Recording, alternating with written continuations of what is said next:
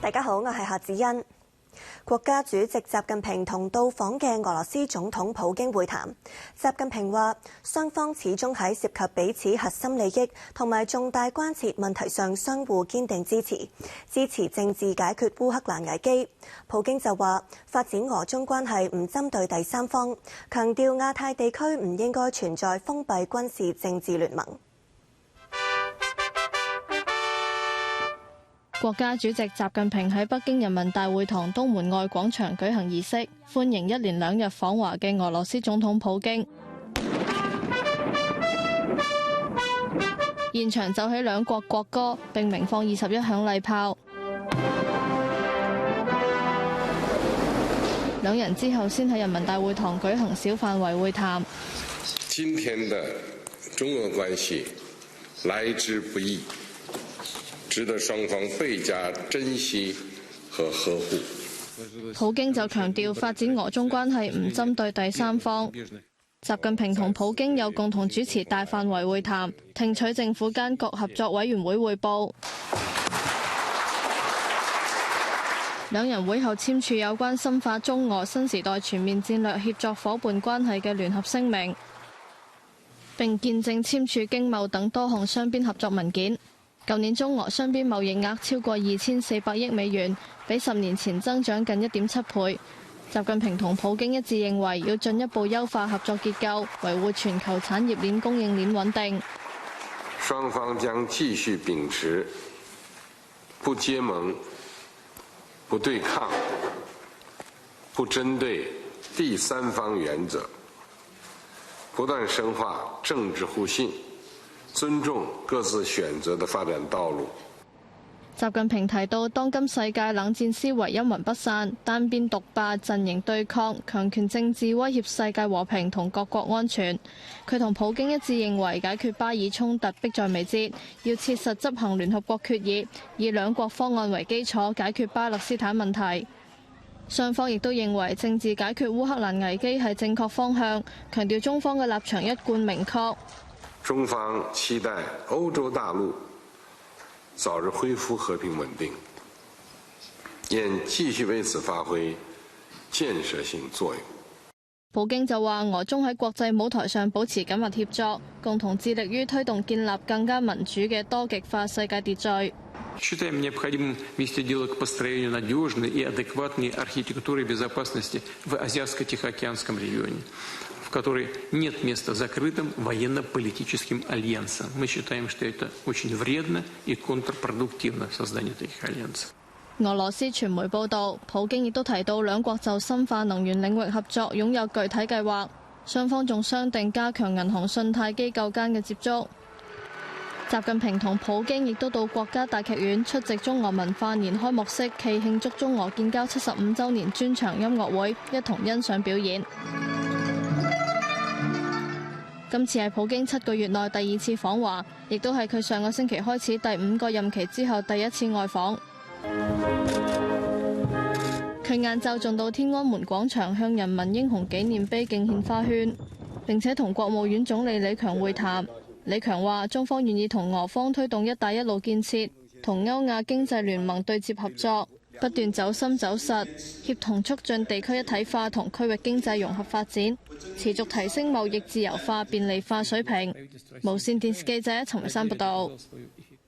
中俄嘅聯合聲明強烈譴責美國喺亞太區同埋歐洲部署陸基中短程導彈等嘅計劃，直接威脅中俄兩國安全。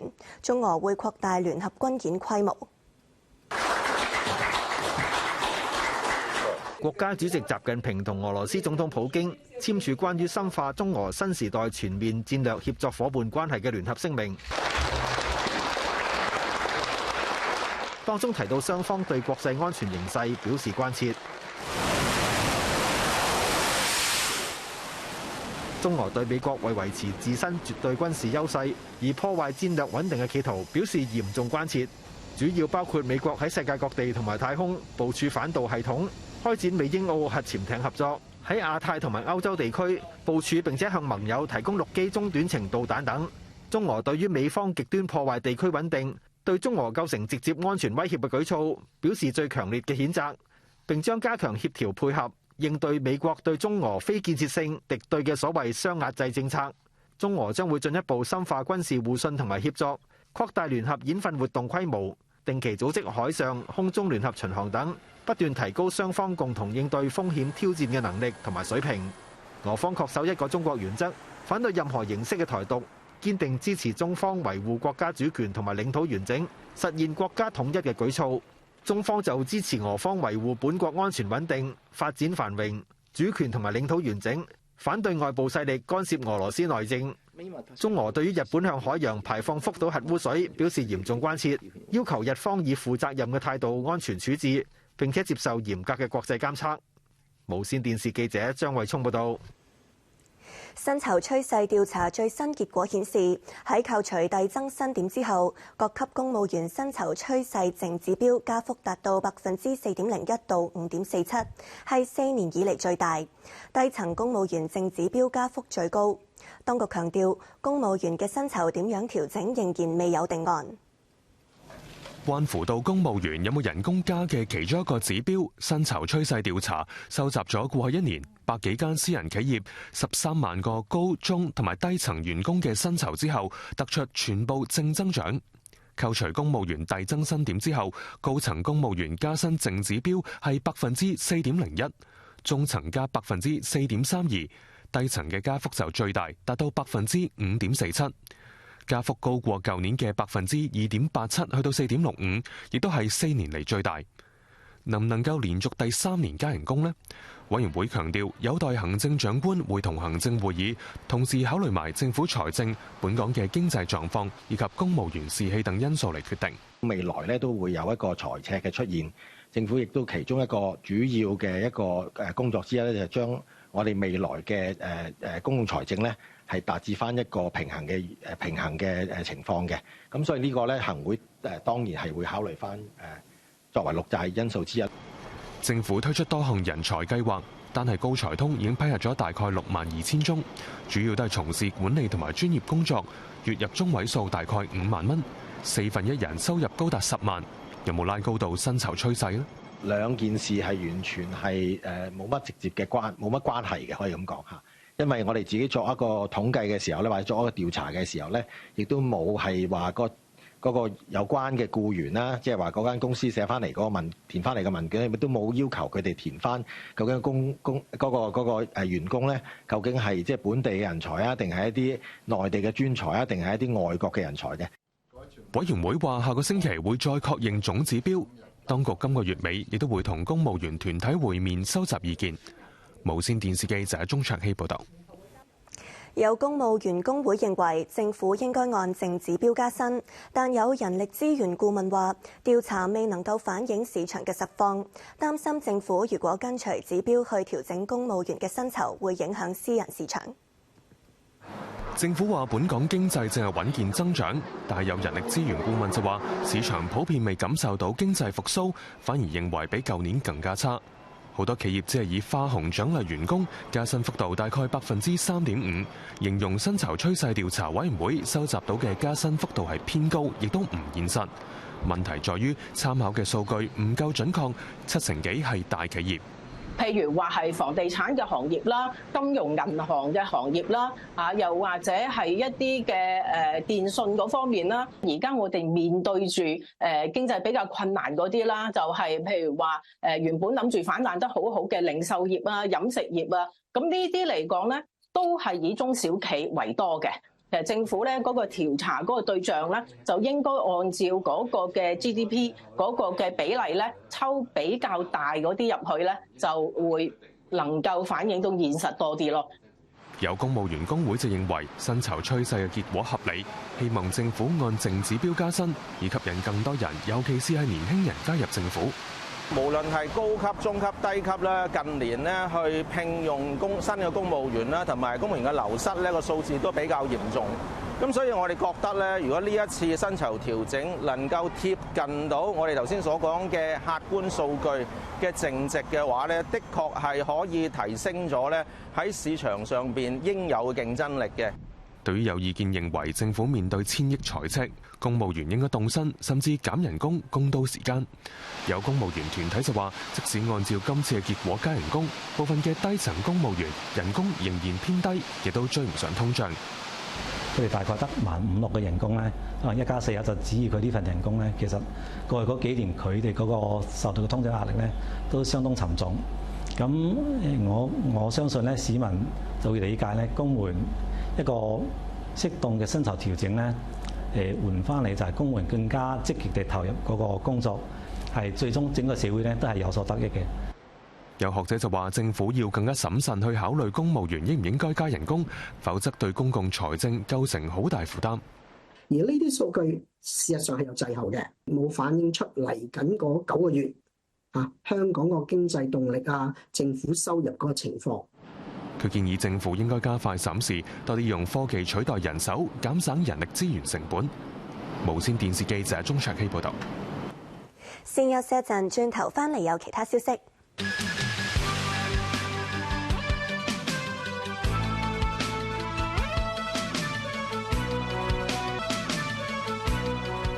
翻嚟新聞時間，美國股市做好，道瓊斯工業平均指數突破4萬點關口，連同標準普爾500指數早段曾經創新高。道瓊斯工業平均指數報39994點，升86點；標準普爾500指數報5317點，升9點。納斯達克指數低開之後掉頭回升，逼近16800點水平。沃爾瑪上季業績好過市場預期，股價做好，上升大約6%。歐洲股市，倫敦富時100指數跌7點，巴黎 CAC 指數跌51點，德國 DAX 指數跌130點。其他消息，政府提交建造業付款保障條例草案，打擊大型工程拖數等等，亦都訂立審裁機制解決爭議。建造業工程喐啲以年計先至完成，同一個項目亦都經常涉及唔同分判商，唔同工序進度不一，付款期亦都唔同，不時都有工程延誤，涉及額外開支，或者喺分判過程錢未到中間嘅判頭，亦都有地盤工人欠薪。為咗打擊業界拖數問題，當局向立法會提交建造業付款保障條例草案，星期5刊憲，今個月29號首讀。草案條文提出改善合約付款條款，包括禁止唔公平嘅先收款後付款等。一旦有下家付款申索，付款方需要喺30日內回應，60日內付清款項。如果仍然有爭議，申索方有權啟動審裁，透過喺業界具信任度同具規模嘅團體委任嘅獨立審裁員解決。如果不滿裁決，可以提請仲裁或者法庭審議。如果付款方冇喺限期前支付，法庭有權指示強制付款。申索方亦都有權停工或者減慢工程進度，但要先向付款方同業主作出書面通知。若果已經收到欠款，需要喺5個工作日內全面復工。條例不適用於金額少於500萬嘅工程合約，包括室內裝修、樓宇維修同店鋪翻新等等。條例會喺立法會通過並正式刊憲8個月後實施。第一階段唔包括私人界別審裁同延長工期相關付款爭議。無線電視記者鄧潔瑩報道。消防處話，對於未有遵辦消防安全指示嘅大廈，會俾每次1年嘅延期完成，但係需要業主嘅積極配合。接連有舊樓發生火災，引起社會對舊式樓宇消防設備不足嘅關注。舊年12月成立嘅樓宇改善支援中心，由15人團隊組成，會為舊樓業主解釋消防安全條例要求、協調圖則審批程序等，直至工程完成並且符合法例要求。目標希望每年為400座樓宇提升消防安全標準。中心至今接獲超過3400宗求助個案。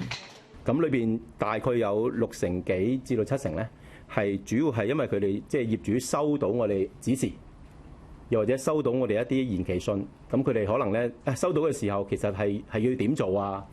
消防處話，對於未有遵辦消防安全指示嘅大廈，會給予每次1年延期完成。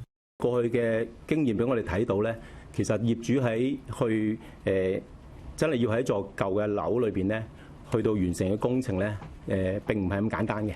咁所以咧，我哋都會按翻實際嗰座大廈或者嗰個個案嘅實際情況咧，如果佢哋係有一個即係積極嘅配合、正面嘅回應，或者我哋話有進展啊，咁我哋咧喺佢哋嗰個嘅指示到期之前咧，我哋一般都會發出一個即係延期嘅批准嘅。咁俾佢哋咧有多啲嘅時間去到完成。支援中心亦都會協助業主申請政府各項資助，並且喺有需要嘅時候將個案轉介相關部門或者機構跟進。另外，消防處鼓勵大廈安裝折衷式喉轆系統，容許固定消防水泵直接駁至政府供水水管，勉強安裝消防水缸，協助樓宇解決技術或者空間限制嘅困難。現時有2座樓宇已經完成安裝。無線電視記者張永欣報道。河南星期3晚起刮大風，局部地區嘅風力超過每個鐘頭137公里，造成多處破壞。強風下有燈柱倒冧，壓死1個行人。深夜同朋友聚餐，但係一陣強風吹走多張台凳，嚇得唔少食客慌忙跑入室內避險。餐廳員工就急住衝出門口拉翻啲台凳翻嚟。呢一次極端大風星期3晚起，席捲河南省多個市，唔少露天夜市攤檔、生財工具損毀，損失慘重。有地鐵捲閘亦都受損。大風天氣持續到第2日朝早8點，期間多棵大樹倒冧，道路護欄亦都被吹翻，路面險象環生。喺南陽市，有燈柱不敵強風倒冧嘅時候，壓中一個踩單車經過嘅民眾，送院之後證實不治。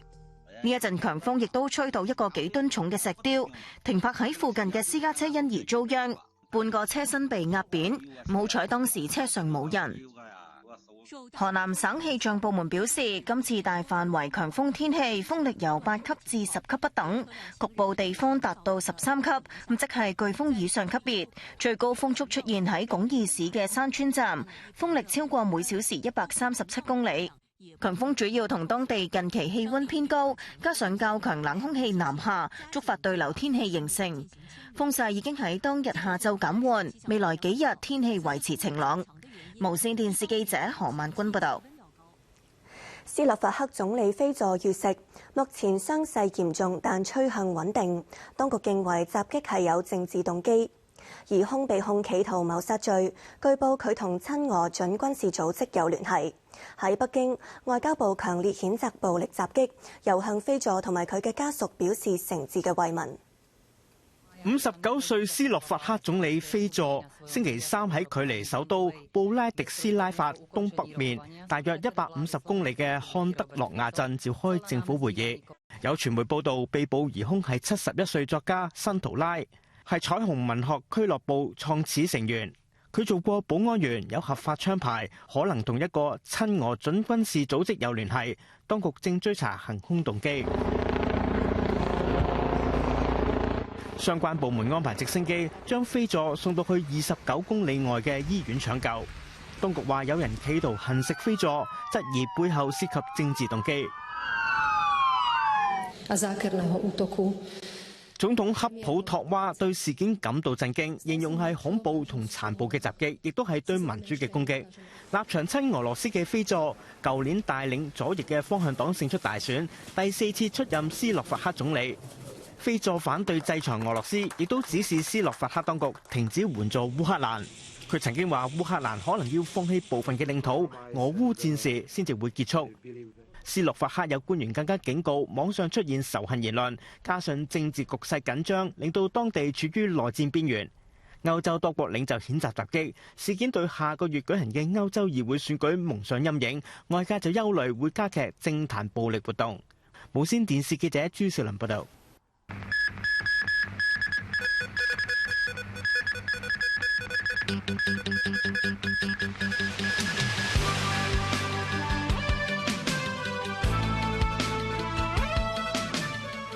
各位歡迎收睇呢節新聞，我係鄭希年。流感個案持續上升，陽性比率再創今年新高，再多2宗兒童嚴重個案。有私家醫生話，最近1個禮拜嚟求診嘅病人超過70%染上流感。有專家估計趨勢會持續，並且緊接夏季流感季節。兩宗新增嘅兒童流感嚴重個案都係6歲女童，同樣染上甲型流感並發嚴重肺炎，分別情況危殆同嚴重，都冇打針冇外遊。流感最新陽性率係15.15%，升咗0.6個百分點，再創呢一季嘅新高。入院率雖然稍微回落，但係仍然遠高於基線水平。有專家話，而家嘅情況可以同舊年3月同樣係甲型 H1為主嘅高峰比對，預計陽性率仍然有上升空間。我估計咧有機會去翻舊年2023年18%左右呢個水平。咁當陣時我哋見到嗰個嘅嗰個週期咧，大概係14個禮拜左右。呢一波嘅 H1N1 甲型流感所引發嘅情況咧，其實我諗會去到大概7月左右。估計其實當呢個 H1N1 所引發嘅事項完成咗之後咧，其實會接住就可能係 H3N2。亦都可能有機會會係乙型流感做一個接力。有私家醫生相信社區流感個案比當局公佈嘅更加多。佢最近1個禮拜嘅病人有超過70%都係染上流感，按週升至少2成。各個年齡群組都有。咁不過有個共通點咧，可能我哋都問翻佢最近有冇身邊人係發高燒啊，甚至乎確診咗流感咧？咁大部分其實我哋都問到嘅，就算即係你唔係話周圍去咧，外地都好咧。咁其實咁多社交活動咧，咁大家有叫做唔戴口罩咁講咧，咁其實都好多機會咧係交叉感染到咁。如果遇到一啲傷風感冒嘅病徵咧，咁大家要探熱啦。咁即使冇燒都好咧，我都建議大家咧都做快測。佢話：香港現存嘅流感針大部分7月到期，呼籲未接種今季流感針嘅市民把握時間，盡快接種。無線電視記者何萬君報導。政府強化應對極端天氣應對策略，包括日後可能檢控惡劣天氣下唔聽勸告、追風逐浪嘅人。極端天氣近年頻生，打風季節將至，政務司司長率領多位官員交代政府嘅部署措施，話一切都係以保障市民安全為首要任務。已經係全力強化呢4大嘅策略，即係話我哋係超前準備啦，加強預警、果斷應急，以及咧係迅速復原，將極端天氣帶嚟嘅破壞同埋影響係減至最低。並且係讓市民咧生活係盡早、盡快係回復正常。保安局話，以往部分人喺惡劣天氣之下仍然行山同追風逐浪，應該遭到譴責。而法律上，政府有權封閉泳灘同郊野公園。未來會檢視係咪適時動用權力，例如違反海灘禁令，可以判罰款2000蚊同監禁14日。如果喺惡劣嘅天氣情況之下咧，首先第一優先咧都係人員嘅人身安全同埋生命安全，否則咧我嘅拯救人員咧都唔能夠去救人。我想喺度咧再一次呼籲咧，唔好淨係為咗追求自己嘅刺激或者一啲成就感咧，就係嘗試去同大自然作對，你係唔會成功。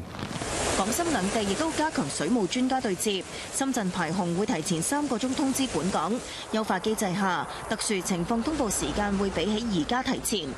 發展局話會預先派員巡查風險高嘅地區，清理渠道，並且會喺沿岸低洼地區設水尺標示，喺水浸風險較高嘅行車道增設警示標記等。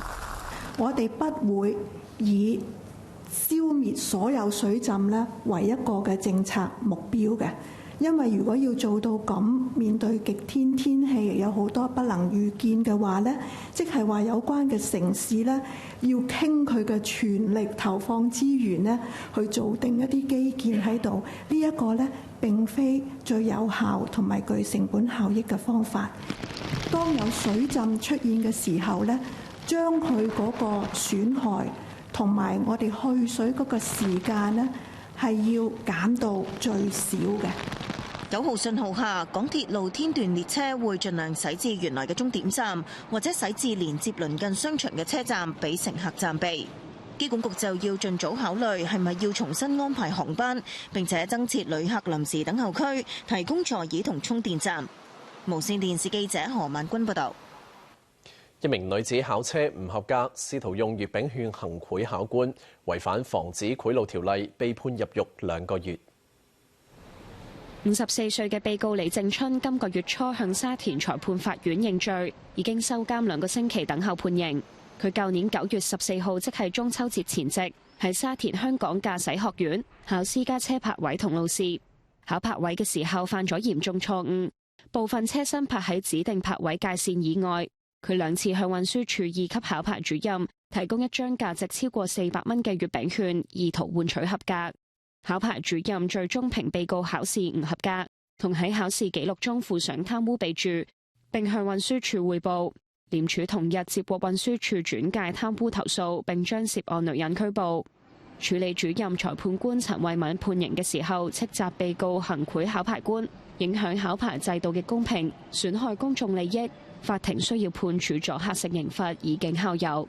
以監禁3個月為量刑起點，考慮到被告認罪，刑期扣減1/3，判入獄2個月。廉署話貪污賄賂屬於嚴重罪行，提醒市民切勿以任何形式行賄公務員以換取協助或者優待。無線電視記者黃子瑜報道。短片分享平台 TikTok 上個月被美國逼令喺限期內賣盤之後，美國有房地產富豪有意競購 TikTok 美國業務。美國房地產大亨麥考特星期3表示，正籌組財團以競購短片分享平台 TikTok 美國業務。佢亦都透露，收購之後會考慮重組業務。彭博分析師就估計 TikTok 喺美國嘅資產總值達到350億至400億美元，折合大約係2700億至3100億港元。據了解，今次收購係透過一項名為 Project Liberty 嘅互聯網計劃推行。呢個計劃旨在挑戰 Facebook 母公司 Meta 等等嘅互聯網巨頭，營造更加安全健康嘅網絡環境。呢項計劃喺2021年對外公佈，至今已經投入5億美元。麥考特星期3發聲明，形容收購行動為人民嘅競購。麥考特係美國洛杉磯道奇隊前老闆，現任家族投資公司 McCourt Global 執行主席。福布斯就估計佢嘅身家高達14億美元。不過 TikTok 母公司字節跳動早前已經表明冇計劃出售上述嘅業務。路透社亦都引述消息人士話，如果字節跳動以法律手段冇辦法阻止美國禁用 TikTok， 字節跳動寧願關閉 TikTok， 亦都唔願意將佢賣俾潛在嘅美國買家。美國總統拜登上個月24號簽署法案，強制 TikTok 喺出年1月19號之前賣盤，否則將會被美國封殺。咁做引發多方競購興趣，包括美國前財長魯欽。8名 TikTok 短片創作者星期3就向美國政府提出訴訟，以阻止新通過嘅法案。而 TikTok 同佢嘅母公司字節跳動上星期2亦都入禀哥倫比亞特區聯邦巡迴上訴法院，起訴美國政府批評強迫賣盤嘅法案違反美國憲法，包括保障言論自由嘅第一修正案。無線電視記者朱世麟報道。據報，中國平安考慮全數沽售持有嘅匯豐控股股票。彭博引述消息報道，平保正喺度考慮減持匯控持股，其中一個方案係出售俾中東主權基金。平保持有匯控接近8%嘅股份，價值超過1000億港元。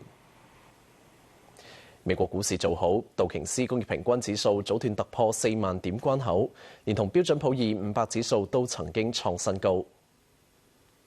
道指依家係報39,989點，升81點；標準普爾500指數報5,315點，升7點。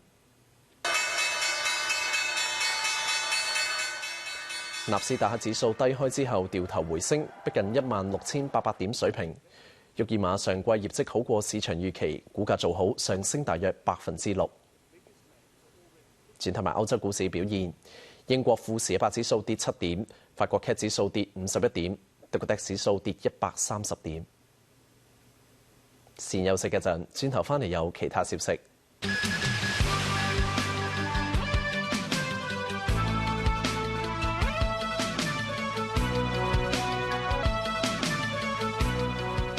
翻嚟新聞時間。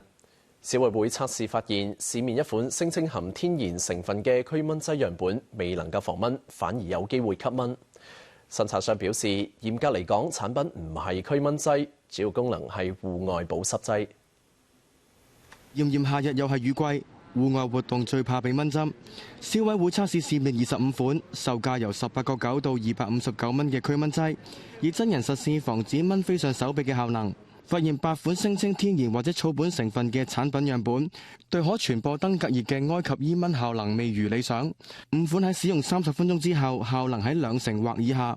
呢款翠樂防蚊蟲露，測試人員塗上30分鐘之後，喺跟住嘅60秒平均已經有102隻蚊降落前臂皮膚，較使用前更多。消委會懷疑含有吸引蚊嘅成分。廠商自己再去研究下，究竟佢個整體好仔細每一個成分係講緊乜嘢嘢？因為喺佢嗰個產品嘅標示嗰度咧，我哋就好難去從嗰個標示嗰度去揾咗呢個答案，揾到呢個答案出嚟啦。咁所以相關嘅廠商其實我哋都好希望佢自己作出深入嘅研究啦，同埋予以改善嘅。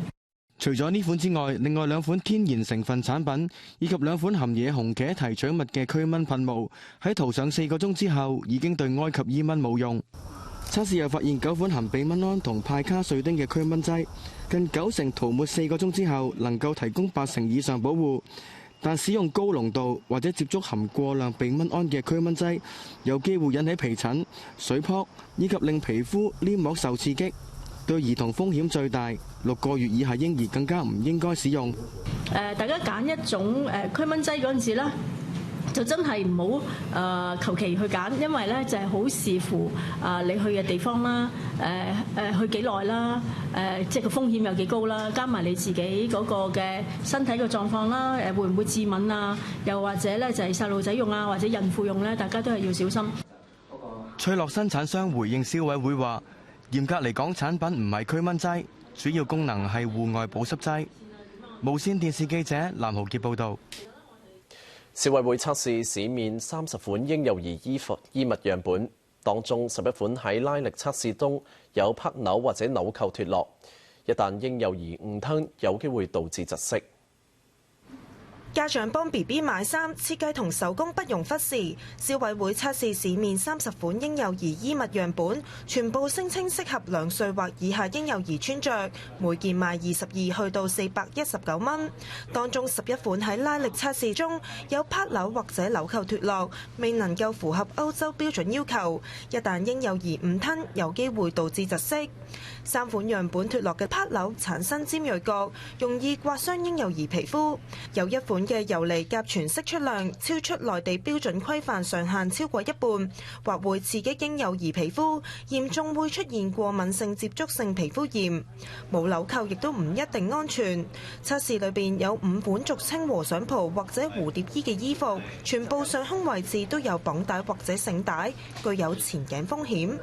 當中2款繩帶末端冇防磨損或者散開設計，若果嬰幼兒手指被露出嘅紗線緊纏，有機會影響血液循環。真係千祈唔好淨係睇個款貪唔貪靚，可唔可愛。其實好多時咧，嗰個實用嗰個嘅安全度啦，同埋個實用性咧，反而係非常之緊要嘅。其實最緊要咧就係揀一啲安全、舒適。消委會測試又發現10款衣物，當中布料、袖口等驗出容易令部分嬰兒出現皮膚過敏反應嘅熒光增白劑，提醒家長留意。染料咧，亦都係有唔同嘅存在嘅風險嘅。幫佢揀衫嗰陣時咧，如果係揀一啲譬如話米色啊，一啲淺色少少嘅衫，但係亦都唔好係白得好緊要啊，或者一啲淺藍色啊呢一類嘅衫咧，可能就會有呢個熒光漂白劑嗰個嘅存在啦。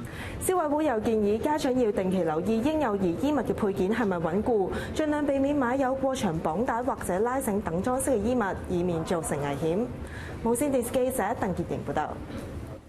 浙江有民眾清潔家居之後，連續多日高燒，入院後發現肺部被霉菌感染。醫生提醒民眾打掃嘅時候應該做好防護措施。浙江杭州呢一間醫院近日接收咗一個患有咳嗽、發燒等類似感冒病徵嘅病人，經檢查確認佢部分肺組織壞死，懷疑係霉菌性肺炎。肺部出現一個空洞，做一個支氣管鏡進行這個細菌的檢測啊。那麼檢測出來，那麼考慮是霉菌的感染。它後面就是我們正規的抗真菌治療。其後再向病人了解，發現佢大約1個星期之前喺冇任何保護裝備下清潔發霉嘅衣櫃。醫生話霉菌喺日常生活中好常見，人體亦都會經常接觸到，但係喺免疫功能正常嘅情況下，身體會自動將霉菌清除。原因呢，就是說它攝入了大量的這個霉菌。真菌机体免疫不能够及时的清除，熬夜着凉了，都会造成机体的免疫力下降。这些是内因，就内因跟外因结合了，它就会导致它发病。因为不是说所有人他碰到这个真菌，他都会感染成真菌性肺炎。除咗肺部感染，醫生又提醒容易出現過敏反應嘅民眾，雨季有利霉菌大量繁殖，有較大機會因為吸入霉菌誘發過敏性哮喘、鼻炎等病症。若果反應過分劇烈，可以接受疫苗治療。無線電視記者何萬君報導。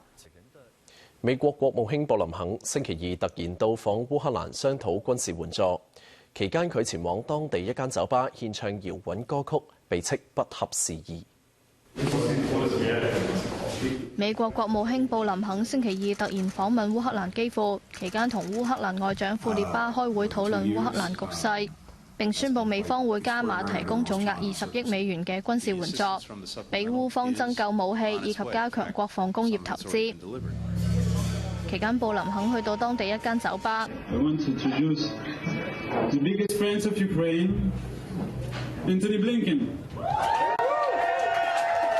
布林肯受邀行上舞台，演出前佢同觀眾致辭話：美國同自由世界同烏克蘭同在。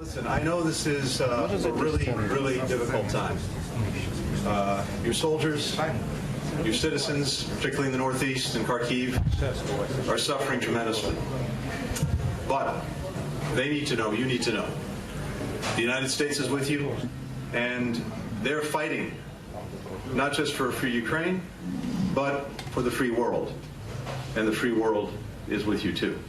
隨後佢同當地樂團共同演唱咗加拿大歌手尼爾楊1989年嘅歌曲《喺自由世界搖滾》，表達對烏克蘭支持。呢段表演嘅影片喺網上流傳之後，引嚟唔少質疑嘅聲音。有網友就批評佢喺俄羅斯持續向烏克蘭發動攻勢之際唱搖滾嘅行為不合時宜。基輔嘅外交政策專家拉什頓亦都喺社交平台發文諷刺烏軍士兵而家正喺前線大量戰死，布林肯就喺基輔酒吧扮演搖滾明星。而美國共和黨全國委員會就喺社交媒體話，咁嘅做法證明呢個唔係一個嚴肅嘅政府。不過，亦都有烏克蘭人認為布林肯呢個行為有助達到外界重新聚焦烏克蘭嘅目的。無線電視記者陳慧珊報道。